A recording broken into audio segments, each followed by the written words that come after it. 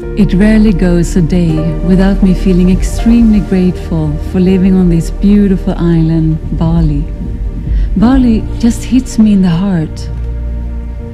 It's not only about the amazing and exquisite nature with endless rice terraces, the ocean, and the wide variety of beaches. Black lava beaches, amazing sunset beaches, white sand beaches, or beaches with smooth and flat pebbles, and the amazing waterfalls, one more breathtaking than the other, and volcanoes so high that it takes all night to climb them and to reach the summit just in time to witness the sunrise, and another volcano on the other side of the valley. It's also about the joy of living here with my teenage daughter and my teenage son. And it's all about the people. Oh my, the Balinese people. So sweet, so open and graceful, so kind. It's about how they live their lives. In Bali, everything is seen as sacred.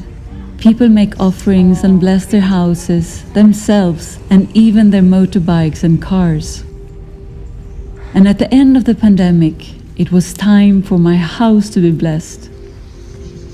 And I've been waiting for this for so long because of the pandemic. It had to be postponed.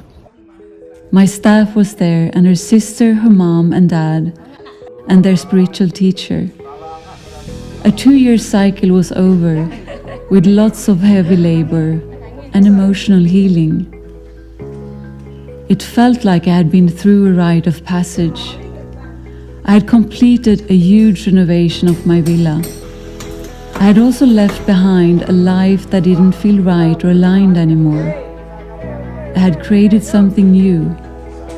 I had needed to be brave. So much joy and gratitude to share that moment with my kids. I felt so lucky. If I had known 4 years ago what I know today, and if I had known how I feel today, I would have felt so reassured and so safe and inspired and happy. But I needed to face the fear of taking on this huge renovation project that you see in the background here. This is my home today, and I couldn't be more grateful and happy about that fact. There has been times during these last few years when I have felt completely lost. Not that I was in the wrong place, but I was walking an unknown path without a clear sight of where I was going. I only followed what felt true to me. It was so challenging. It was literally like breaking new ground for myself, to listen to what I wanted. I wasn't used to that. It's this journey of coming back, to shred away everything that is in the way of following this guidance from within, and to dare to more and more just stop and feel this life here in this moment. It's always been difficult for me to stop, to take a break, or to stop altogether when things start to feel tiring and uninspiring. I've always worked really hard, and renovating my house was no exception. There was so much to do and so little time.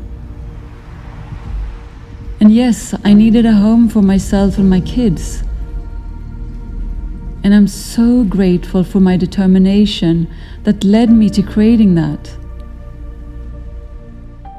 But the memory of all this weight on my shoulders, the stress and the very bad sleep that was part of it, the no play and no rest, a way of living I had chosen long before renovating this house. It was like all of that finally started to inspire me deeply to do differently.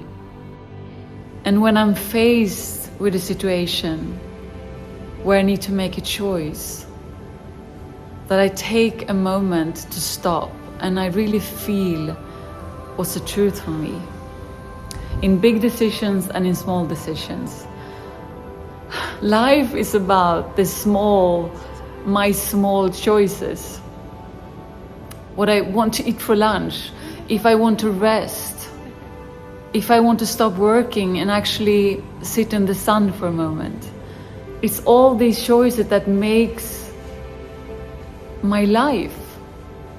And I felt so inspired to look closely to all these messages that I'm receiving every day in every moment, and to start to follow what's actually true for me. And for the first time, listen to my body and listen to my heart.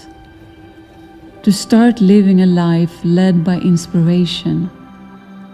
In my case, often the opposite of what my head says. It's scary and shaky and vulnerable. And it's also the most incredible journey of growth and joy.